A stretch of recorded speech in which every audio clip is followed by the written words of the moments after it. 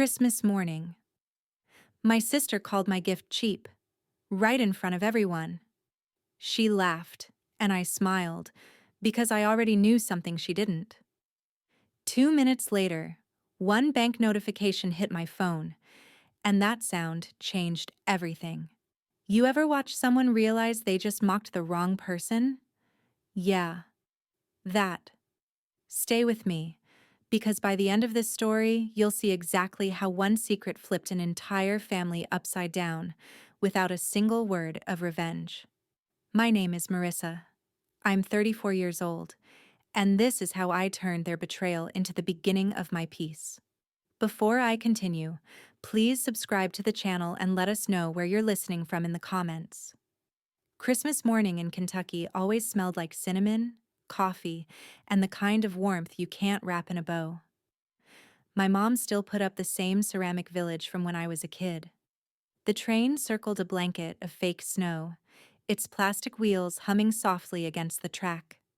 The fireplace crackled like it had its own heartbeat. From the outside, our home looked like the cover of a holiday card. Inside, the air always carried a quiet tension, the kind you couldn't see until the light hit it just right. My sister Danielle arrived 20 minutes late, as usual. Her husband trailed behind her, arms full of sacks and Nordstrom bags. She wore fur, real, of course, and heels that struck the floor like a metronome of importance. She moved through the doorway as if the house had been waiting for her. "Well," she said, holding up a bottle of champagne, "looks like this party just officially got elevated." Her laugh cut through the room, too sharp for morning. I smiled from the corner of the couch where I'd been helping my niece untie the ribbon around a stuffed sloth. Danielle hadn't looked at me yet. That was her art, pretending I didn't exist until the moment it suited her. "Marissa, sweetheart," Mom called from the kitchen. "Did you get the cinnamon rolls out?" "Just finished," I said. "They're on the counter." Danielle leaned against the doorway, eyes glittering. "Homemade? Or one of those Pillsbury pop cans?" She smiled like she already knew the answer. I didn't respond. I'd learned that silence could be armor. Words sometimes only gave people more to twist. The gifts piled under the tree like small explosions of color. I reached for the one I'd wrapped myself. Green paper, white ribbon I'd straightened with a flat iron. Inside was a bracelet months in the making, from a small jeweler in Lexington. A single silver charm shaped like a piano key. When we were kids, before Danielle became fluent in status, we'd play the old upright piano in the garage until our fingers went numb. For a while, music had been the only language we shared. I handed her the box. "This one's from me," I said. "Ooh, mystery box." She shook it beside her ear, then tore through the paper with impatient hands. Her laughter stopped. The bracelet glimmered softly against the white tissue paper. "Ugh," she said finally, voice low but sharp enough to draw blood. "It's cute. A little cheap, maybe?" Her husband chuckled into his cocoa. Mom's smile faltered. My cousin Elise stirred her drink with a slow circle, pretending not to hear. The words stung, but they didn't surprise me. Danielle had always known how to make admiration sound like pity. I stayed quiet. I could feel the heat rise behind my ears, but I didn't let it show. Years of practice. Then my phone buzzed. I'd been expecting it. The notification wasn't random. It was the final piece of something I hadn't planned to reveal today. But life has a way of bringing truth to the surface when pride gets too loud. I glanced down. The screen glowed with a single line confirming a deposit. My chest tightened. Not from victory, but from the memory it carried. I looked at Danielle and, in a calm voice, said, "Maybe look at this before you decide what's cheap." Her eyes dropped to the screen. She blinked, mascara trembling. "What is this?" "The trust cleared," I said. The room went still. No sound except the soft pop of a log in the fireplace. Mom looked from one of us to the other, unsure where to rest her eyes. Danielle read the number twice, then a third time.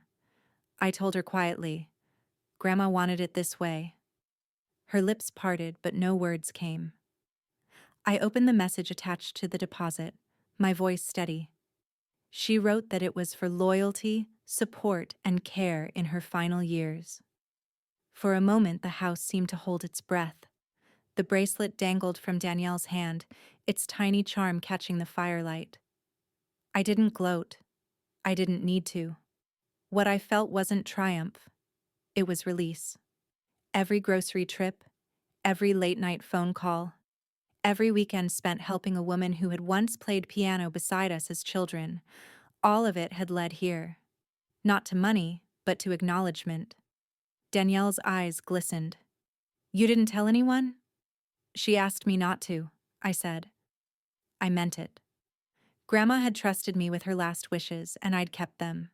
If Danielle hadn't tried to make a spectacle of kindness, maybe that secret would have stayed tucked in the quiet corners of my heart. Mom reached over, placed a hand on mine. No words, just warmth. For the first time in years, I didn't feel invisible in that room. Danielle set the bracelet down beside her untouched glass of champagne. She didn't look at me, but her voice softened. "I didn't know," she whispered. "I know," I said, "but Grandma did." The fire cracked again, throwing light across the room. It painted everyone in gold and shadow, the way truth always does. I looked at the tree, the tiny ceramic houses glowing with their own little bulbs, and realized something. The gift wasn't the money, or the bracelet, or even the justice of being seen. The gift was that I could finally breathe in that space and not need anyone's approval to stay. That morning, as laughter turned to silence, I understood that walking away didn't mean losing family. It meant finding myself at last outside their noise. I didn't walk away right then. I just sat there, while the room rearranged itself around a truth none of them had expected to face. Danielle's fingers tightened around the bracelet, no longer holding it like decoration, but like something fragile she might break if she breathed too hard. Her husband shifted beside her, his shoulders stiffening the way men do when they realize the ground under them isn't the same ground they were standing on a moment ago. Mom was the first to speak. Her voice sounded like paper, thin, careful, almost apologetic.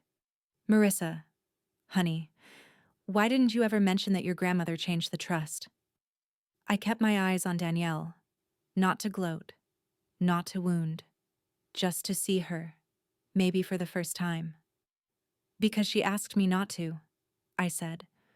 "She wanted peace in the house, even after everything. Everything. The empty weekends. The birthdays missed without apology. The Thanksgiving she left halfway through because there was a party somewhere with better lighting for photos. Grandma never judged her for it. She just noticed who stayed." Danielle's voice finally found a crack to slip through. "This isn't right. She wouldn't just give everything to you." She looked toward Mom for backup, but Mom's face didn't move. I scrolled down the email on my phone. My hands were steady, though my pulse kept counting truths I hadn't planned to say aloud. She met with the attorney in Franklin County, filed new papers, signed them herself. No one pushed her. Danielle shook her head, a brittle motion. "But why keep it secret?" "Because she didn't want to fight," I said quietly. "She'd had enough of those." Mom's eyes lowered to her lap. The tiny bulbs on the Christmas tree painted soft colors across her hands. She looked older than I remembered, maybe from carrying the weight of keeping everyone happy for too long. The room felt smaller, almost airless. The twinkle lights blinked across the TV screen, tiny stars trapped in glass. For a moment, no one spoke. You could hear the hum of the furnace and the faint whistle of wind outside, like the world was reminding us that time kept moving even when families froze. Danielle's husband cleared his throat, trying to cut the tension with a shape of authority. "So what? You're rich now? That's what this is about?"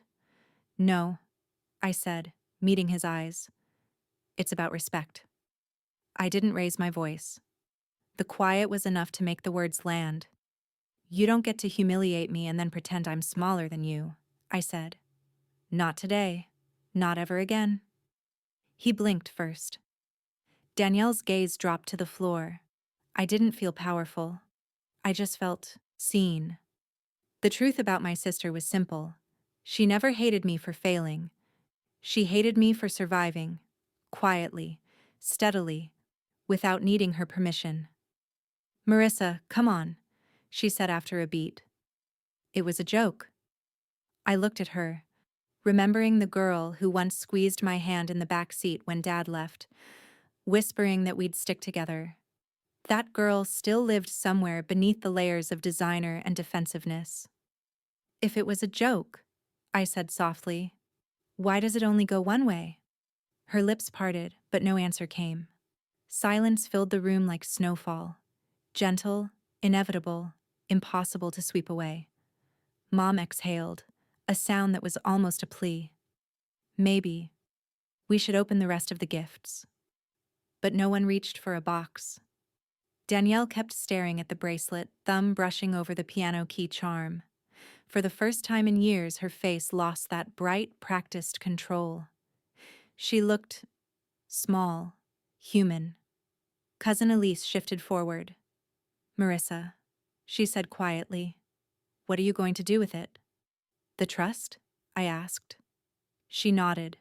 Everyone was watching now. Not like spectators at a spectacle, but like witnesses at a turning point. I don't know yet, I said. It isn't about the money. She left it because she believed I'd use it for something that mattered. Danielle's jaw tightened. The words weren't meant to sting, but truth sometimes has sharp edges. I can tell you one thing, I added. I'm not spending a penny trying to earn anyone's approval. Her breath caught, a tiny sound that told me she'd heard what I meant beneath the words. She'd spent so long performing worth that she'd forgotten how it actually felt. I stood, the carpet soft under my feet, the fire warming the back of my legs. The heat inside me wasn't pride. It was release. Years of swallowing small hurts, dissolving them in politeness, pretending not to mind. It all started to unspool. I'm going to get some air, I said. No one stopped me. No eye rolls, no laughter, no dismissive sighs. Danielle lifted her eyes as I passed. For a heartbeat, she looked like she wanted to say something. Maybe sorry, maybe nothing. But her mouth stayed closed, and I didn't wait for words that hadn't yet learned how to be honest. I reached the doorway, pulled my coat from the hook. The fabric was cold against my palms. When I slipped it on, I felt another gaze, Mom's. Sweetheart, she said, her voice trembling but warm. I'm proud of you. Something inside me loosened. Not the ache exactly, but the tension that had held it together. I nodded once, not trusting my voice. Outside, the air hit my face like a baptism. The yard was covered in frost. The world smelled of wood smoke and pine. Behind me, through the window, the lights of the tree blurred into a soft, shimmering haze. I could still hear faint murmurs inside, the rustle of paper, Danielle's low voice, Mom's sigh, but I didn't turn back. I walked to the edge of the porch, the snow creaking under my boots. The sky was pale silver, clouds stitched together over the horizon. Somewhere, a church bell rang, slow and distant. I thought about Grandma, the afternoons at her kitchen table, the stories she told about resilience, how she said dignity was the quietest form of power. She'd known this moment would come, maybe not exactly like this, but close enough. She'd wanted peace, not spectacle. And now I finally understood what she meant. The trust wasn't about inheritance, it was her final lesson. She'd given me responsibility, not reward. I looked at the bracelet still shining faintly in Danielle's hand through the window. Maybe someday she'd understand too, that love and worth aren't things you purchase or prove, They're choices you show up for, one ordinary act at a time. The wind picked up, carrying the scent of cinnamon from the kitchen. I closed my eyes and breathed it in. Christmas morning wasn't about victory anymore. It was about release. About realizing that silence can be strength, but speaking your truth can be grace. For the first time, I didn't feel like the quiet one in the corner. I felt whole. And that was everything I'd been walking toward all along. I didn't go far. Just down the porch steps and into the chilled Kentucky air. The sky hung low and heavy, gray like wet wool. Snow clung to the branches of the sycamores, their limbs bending under the weight. The world felt muted, like someone had turned the volume down so I could finally hear my own breathing.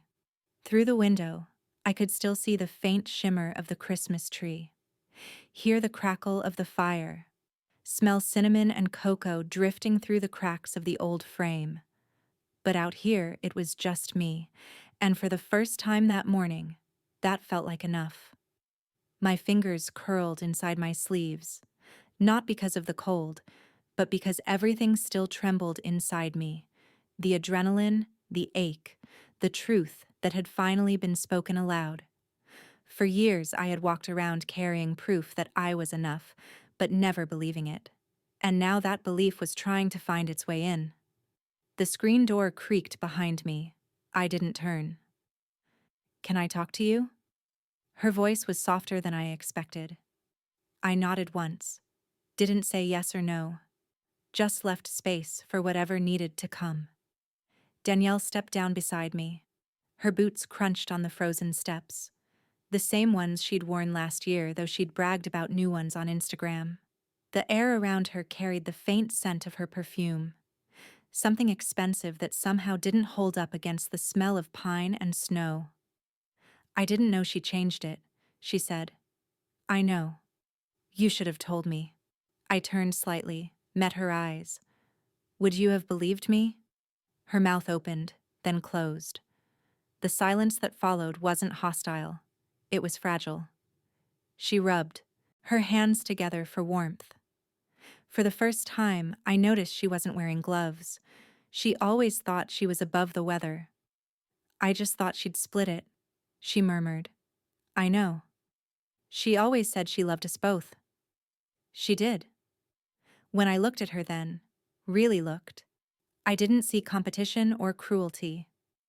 I saw fear, the quiet kind that lives underneath pride, the fear of being left behind when the story changes. "You're not going to keep us out of things, are you?"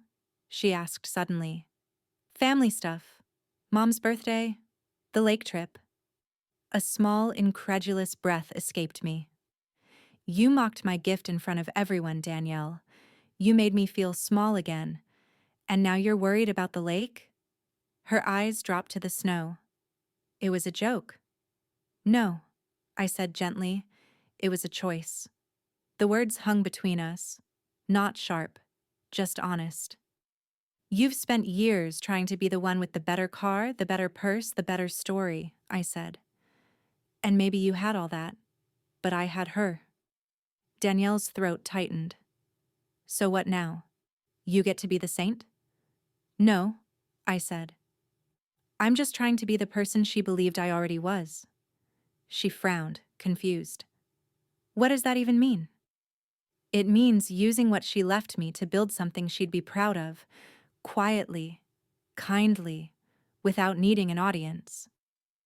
Above us, the clouds began to break, the first sliver of sun turning the snow into a sheet of light. It landed on Danielle's wrist. The silver piano key charm glinted there, and her thumb moved over it almost unconsciously. "She really loved that song," she whispered. "More than you know." For a long moment we stood there, side by side, the cold weaving between us. The distance that had stretched over years suddenly didn't feel impossible. Danielle nodded once, her eyes glossy. "I'm sorry," she said, voice low, "for the way I've treated you. For today. For a lot of days." I didn't answer right away. I watched our breath drift upward like smoke and fade into the gray. Then I said, "You don't have to apologize to make this right. Just start showing up differently." She blinked, a single tear cutting through the layer of mascara. She gave a small nod, like she understood. When she turned back toward the house, her shoulders weren't squared anymore. She moved slower, quieter. The screen door sighed shut behind her. I stayed there a while, standing in the untouched snow. The cold crept through my boots, but I didn't mind.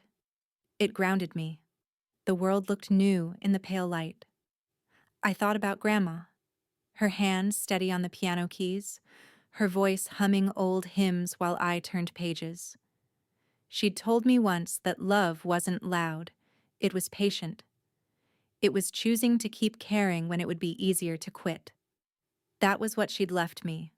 Not just the trust, but a map for how to live with grace in a family that sometimes forgot how. Behind the window, I could see Mom moving around the living room, stacking wrapping paper, refilling cups. Danielle sat beside her now, saying something I couldn't hear. Mom laughed, soft and surprised. I smiled. Maybe healing didn't always happen in grand gestures. Maybe it started in small moments of honesty, the kind that never made it into pictures. I walked down the driveway until the sound of the house faded. The snow squeaked beneath my steps.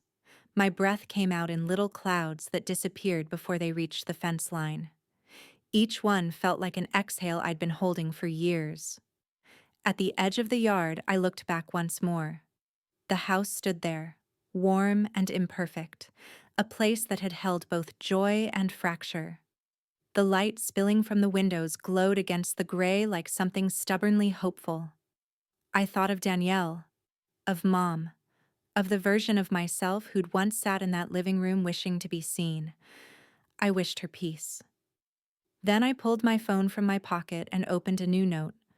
The words came easily, almost like Grandma was whispering them.